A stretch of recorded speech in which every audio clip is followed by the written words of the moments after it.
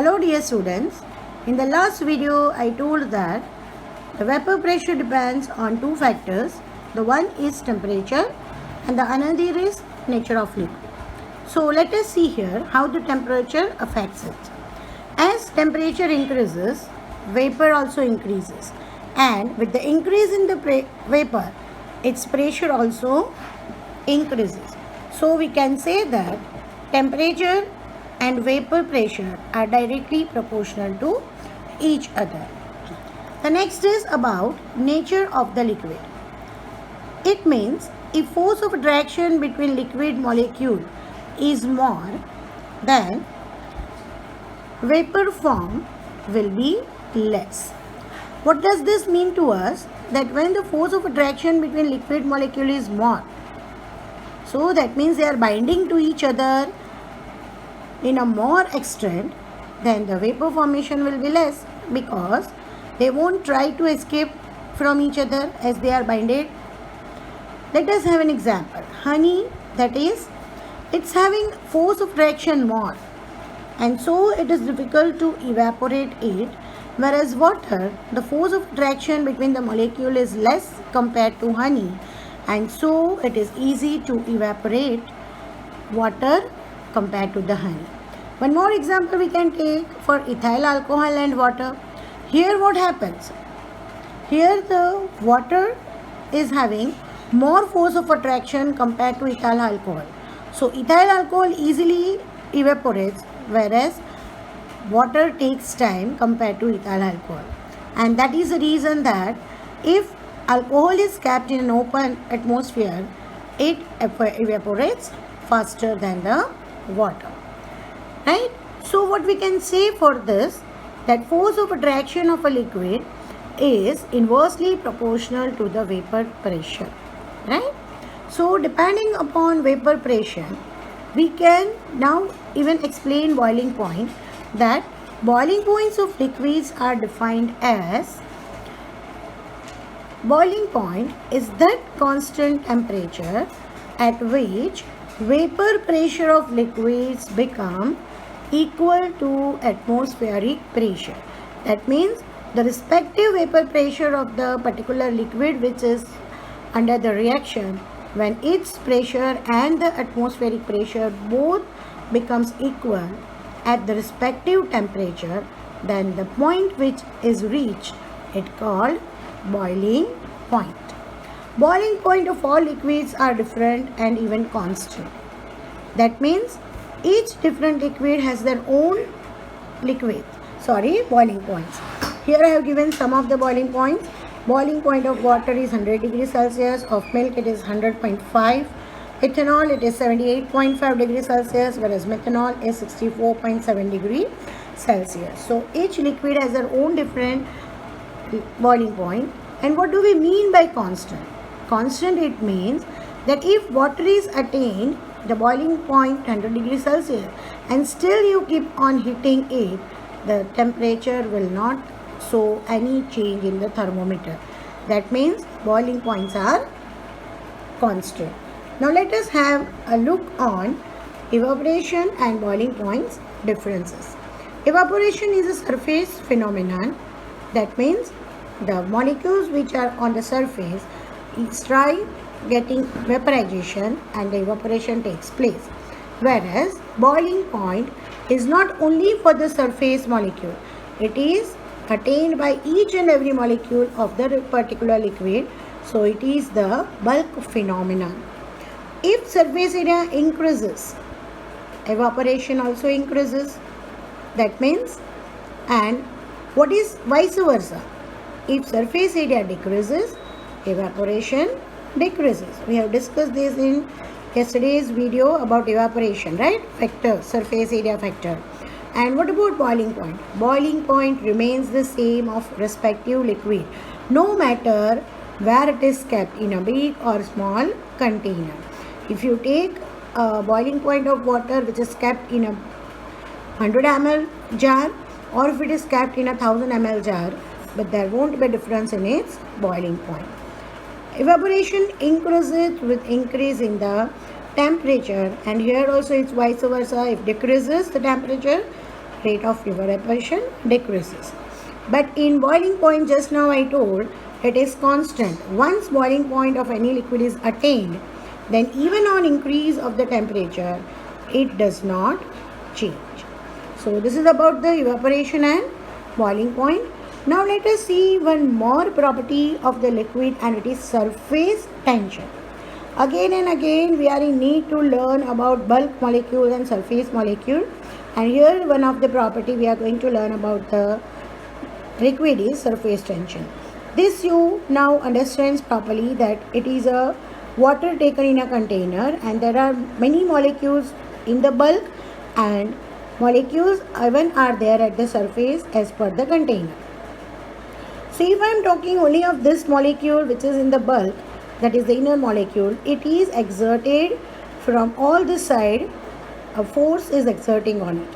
And here when we see, this is the three molecules I have shown, they are attracted inwards, right, because of the molecules of liquid is inside, and here atmospheric molecules are there. So what happens? Because of this inward attraction of other molecules, these molecules which are at the surface will experience some force, some stress is developed, some force is developed at the surface, which is termed as surface tension. This is here explained. Here in water container, the inner molecules are in bulk, so are attracted by all of the surrounding molecules. But molecules at the surface are attracted more inwardly, and so they experience more tension at the surfaces. So on the surface, either we can say they experience the tension or force is developing on the surface. This force is tangential, or we can say perpendicular to the surface. See here, this is the surface and the molecules are inwardly attracting, so it is considered as perpendicular, making the angle of 90, right, or tangential tension. What is the definition? It is a force. Surface tension is a force per unit length acting perpendicularly to the tangential line down on the surface of liquid, right? It is represented by gamma, and units are kilogram per second square, or we can say Newton per meter. Now there are certain factors which are affecting surface tension, and the first is nature of liquid. If force of attraction between liquid molecules are more, then surface tension is more, because in bulk, when the liquid molecules are there here in the bulk, and if the attraction among them is more, so what happens? They will attract the surface molecule even in a more tight manner, and that is why the tension experience on the surface will be more. And so it is said that force of attraction is directly proportional to the surface tension. Here also I will explain you an example. In honey, right, we know honey, that is mud, the force of attraction between its molecules are more, right, because we know that if we compare density of the honey and water, density of honey is more, because the molecules are nearer than the water molecules, though they are both liquid. So surface molecules are pulled inward in a more extent compared to the water, and due to which the molecules on the surface experiences tangential force at the surface, or we can say tension is developed at the surface, right? So nature of liquid is also affecting, right? Here the nature of liquid honey is highly denser than the water. We can even take example of castor oil, glycerine, right, glass. So glass is also a liquid, right, but it appears to us that it is solid. Temperature is the next factor. When temperature increases, what happens? Kinetic energy increases, and as kinetic energy increases, molecules will be away from each other, so force of attraction will be decreased, and what happens? Surface tension decreases, right? So when we compare here temperature then it is inversely proportional to the surface tension. Right? Now, what are the consequences of the surface tension? That means, what are the possibilities prevailing in the liquid because of the surface tension?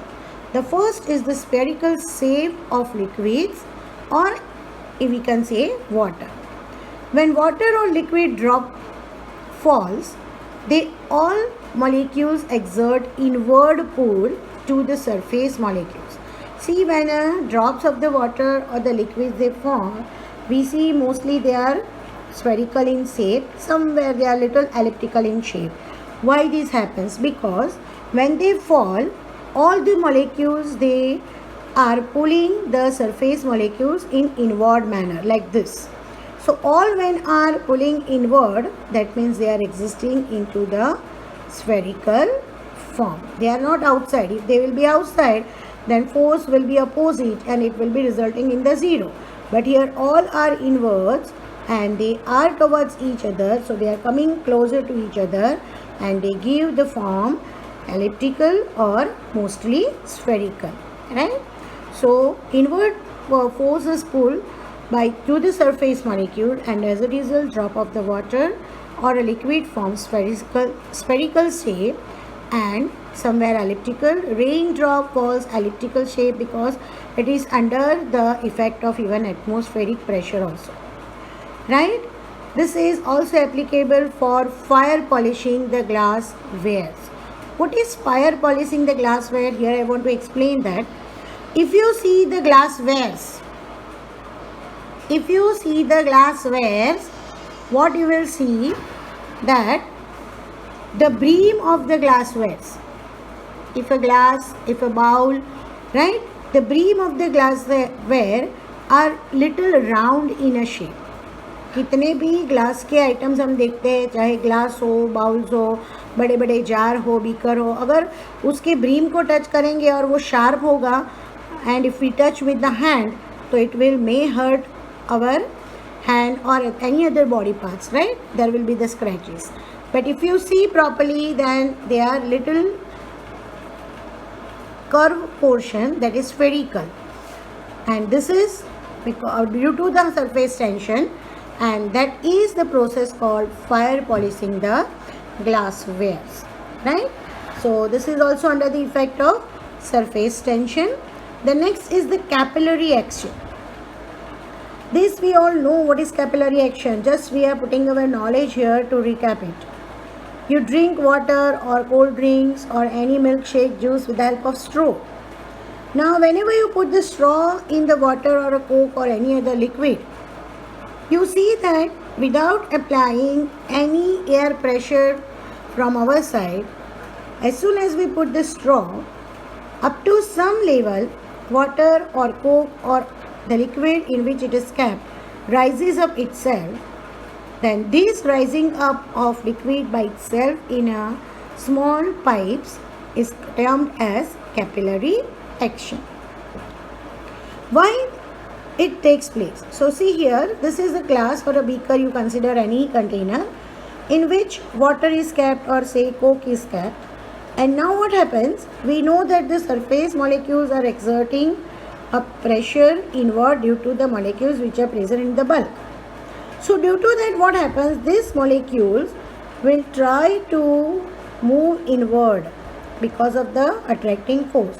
And when they are trying to move inward, then the molecules surrounding this will take the position away from them, because if they will not be away, these molecules when coming down will not get the position there. So they are replacing these molecules and they are taking position of them, and these molecules will get a chance to rise in the capillaries. So this is the capillary action. Here what happens, the molecules at the surface are pulled inward. This is what I have shown in the diagram. So those molecules will try to take position of the molecules which are within the bulk, and the bulk molecules which are surrounding will rises up in the straw and the level in the straw rises. This is the capillary action. What are the applications of capillary actions? It may not see in a deep, but let us see in general. that absorption of water in a plant is capillary action, application of it, and absorption of blood flow in our body is also application of capillary action. Now let us see one more property of the liquid, and it is viscosity. Right? Viscosity is because of the viscous nature. Viscous means the nature which is sticky. So what is viscosity? It is resistance to the flow of upper layer by lower layer. Resistance, it means to oppose. That means when the lower layer is opposing to the upper layer, and this opposing is affecting to the flow of that particular liquid, then it is termed as viscosity. In a liquid, there are many layers within it, but let us consider only 2 layers for our explanation. Then the lower layer will attract the molecules of upper layer and will not allow to flow, means force of friction is existing. Here what I can say that if you have a plate and you sprinkle water on it, so what happens? Most of the water will fall down, but few water will stick on the plate. Why this happens? Because the plate is having a layer which is existing now as a lower layer, and the upper layer is of the water.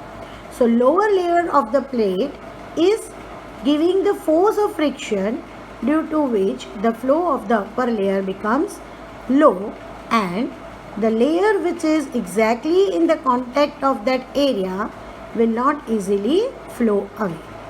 Right? So as a result, the property of fluidity in nature of that respective liquid decreases. Right? So what happened? That amount of liquid remains on the plate. So this sentence tells us like that. So as a result, the property of fluidity of that respective liquid, whatever the liquid we have taken, decreases, and which is termed as viscous nature of liquid, and the property is viscosity. So we can say that viscosity is internal resistance to the flow in liquids which arises due to internal friction between layers of liquids. Once again, what is viscosity? It is internal resistance. No one from outside is opposing, but the molecules within the liquid, internally they are only resisting the flow of the liquid. And which flow of the liquid? It is because of the friction between the layers of the liquid, which are slip past one over other. That means if they are kept on one over other, then they are giving the friction. Here it is about liquid. Here I can give one more example, that when you are playing cards. Sometimes when you are alone, what you do? You put a playing card on a table, and just with the help of one finger you try to slice the upper layer of the cards, and what happens? The upper layer of the cards will start slip past one over the other, and the lower level will be on that particular surface because it is according to that respect area. Right? So viscosity is represented by viscosity coefficient eta, a Greek alphabet. It is called ETA, eta. Eta is a force of friction required to maintain unit velocity gradient between two parallel layers of unit area of contact. When two layers are in a contact as per their area, then according to that area, there is the change in the velocity while slipping one over the other, while gliding or sliding one over the other. That change in speed or that change in velocity is called velocity gradient. So velocity gradient means a gradual change in the speed of the molecules respective the area of contact. See here, I have explained with the help of the diagram.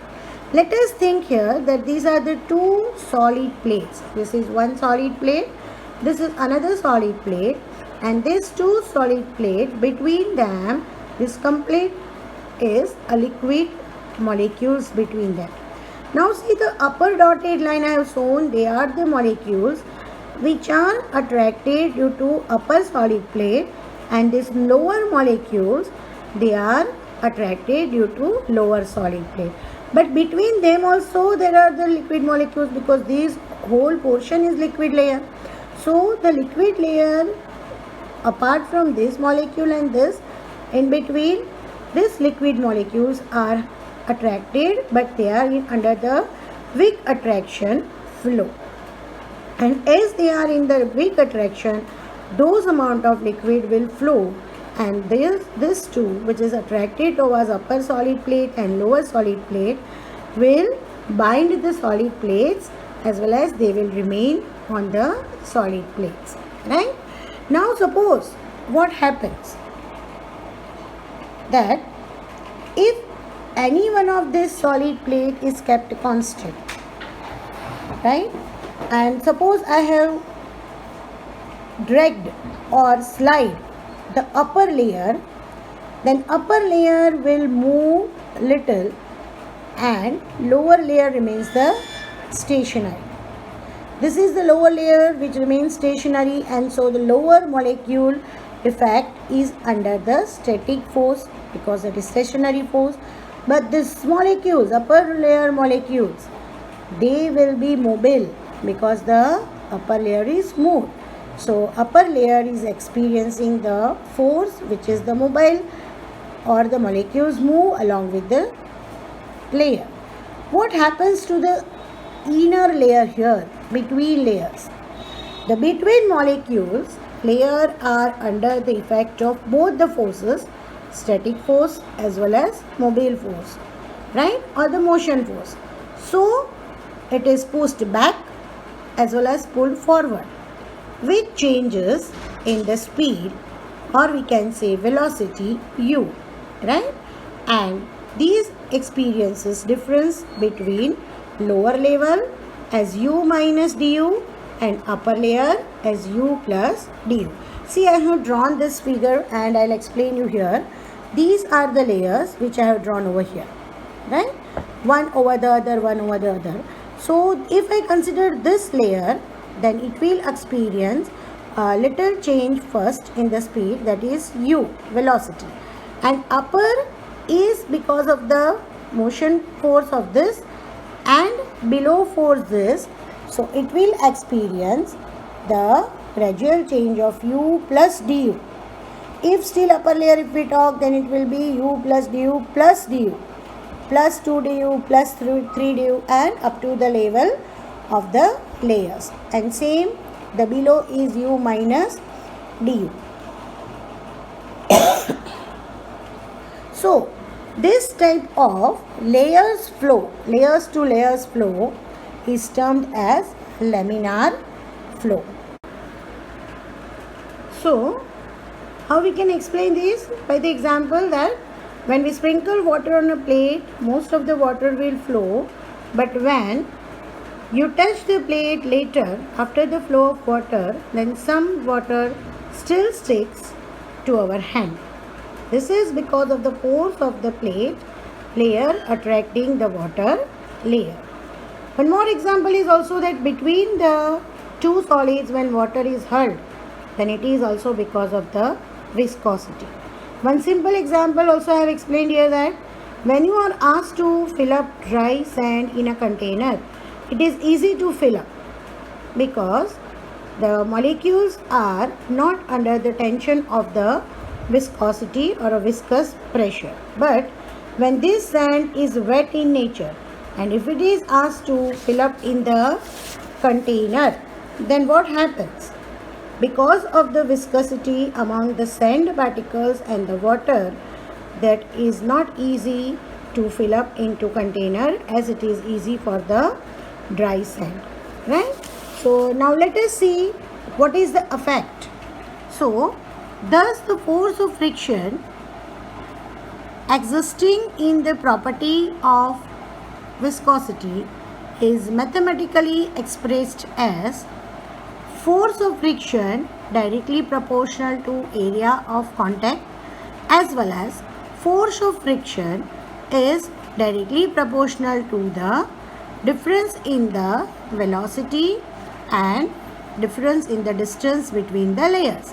And this whole term, difference in the velocity by difference in the distance of the layer, is termed as velocity gradient. Difference in layers upon difference between the distance of layer. And so we can say force is directly proportional to A into dV by dx, where if proportionality constant is taken away, then putting the Greek alphabet eta, which is the velocity coefficient, and then F is equal to eta A into dV by dx, dV or du, right? This is velocity. So first we have taken the symbol as u, so let us keep here as u, the initial velocity, right? Now units of eta is equal to, it is, take the eta on the left hand side, so force will be, how it will be happening here, or let eta be here and we will have A on this side, so F by A dx by du, and we will get here dx by du, right? So in this sense, what is the unit? Units in MCAS system is Newton second per meter square, which is equal to Pascal second, and it is also 1 kilogram per meter second. In CGS system, it is dyne second per centimeter square, that is poise, right, which is 1 gram per centimeter second per centimeter into second. It is also equal to 10 raised to minus 1 kilogram per meter second. Now the poise is again unit of viscosity, which is given in the honor of scientist Jean-Louis Poiseuille, right? What are the factors on which viscosity depends? Here also the first factor is nature of liquid. More the viscous liquid, more the force of attraction and rate of flow will be less. Less the viscous liquid, then force of attraction will decrease and rate of flow increases. So here if we compare two different liquid with more viscous nature, if I say castor oil, and less viscous nature, if that is ethyl alcohol or water, then what happens? In castor oil, force of attraction increases, so its rate of flow will decrease. It will not easily flow. Whereas water or ethyl alcohol compared to castor oil and honey, they will show less force of attraction and they will flow easily. So looking to this, viscosity is directly proportional to force of attraction and viscosity is inversely proportional to rate of flow. Here I have given the four example. Here is H2O, glycerine, castor oil and glass. If I am allowing the coin to fall in it, in H2O the rate of flow will be very high because viscosity of H2O compared to all other is less. In glycerine it will take little time, right, because it is viscous than the water. If we consider castor oil, then it still take a more time because still it is more viscous than glycerine. And if we allow coin to fall into the glass, we can find it is very negligible rate of flow because glass is highest viscous liquid, right? We can say here actually the glass is highest liquid, viscous liquid, but it appears to us solid, right? If you see the old buildings or old monuments, or we can say the king's palaces of the ancient times, and the glass paintings, if you will see, then the glass paintings in the top and bottom differs. When we see the top portion of the paintings, then they are little sharp in the art, but when we see those painting at the bottom, then they are distorted because of the change in the viscosity and density of the glass. If you will measure with the help of vernier calipers, then top measurement of the glass and the bottom measurement of the glass differs from each other. At the bottom, the measurement will be more than the top when we measure from the vernier calipers. That is all you will study at the higher level if you study for the chemistry specialization. But here I wanted to make you clarify that glass is the highly viscous liquid but appears us as a solid. And from this, if we consider the order of viscosity and rate of flow, then Order of viscosity is the glass is the highest viscous, then is the castor oil, then is the glycerine and water. And if we see the rate of flow, then highest is in the water, then glycerine, then castor oil and then glass. So thus more viscous liquid, more is the density. This also we can say with the help of the viscosity idea. And even the temperature is affecting the viscosity. With the increase in the temperature, force of attraction decreases because kinetic energy increases, and as a result the viscosity also decreases, because we know that viscosity is directly proportional to force of attraction. So from here only we can come to know that if force of attraction decreases with the increase in the temperature, then force of attraction decreases, viscosity will decrease, and thus the temperature is inversely proportional to the viscosity, right? So this is all about the viscosity and even all about the chapter 5. With this we have finished all the topics of chapter 5. Now few questions only are left of the exercise, which I will send you on the Monday, and from Monday we will start with the new chapter, that is thermodynamics. Thank you.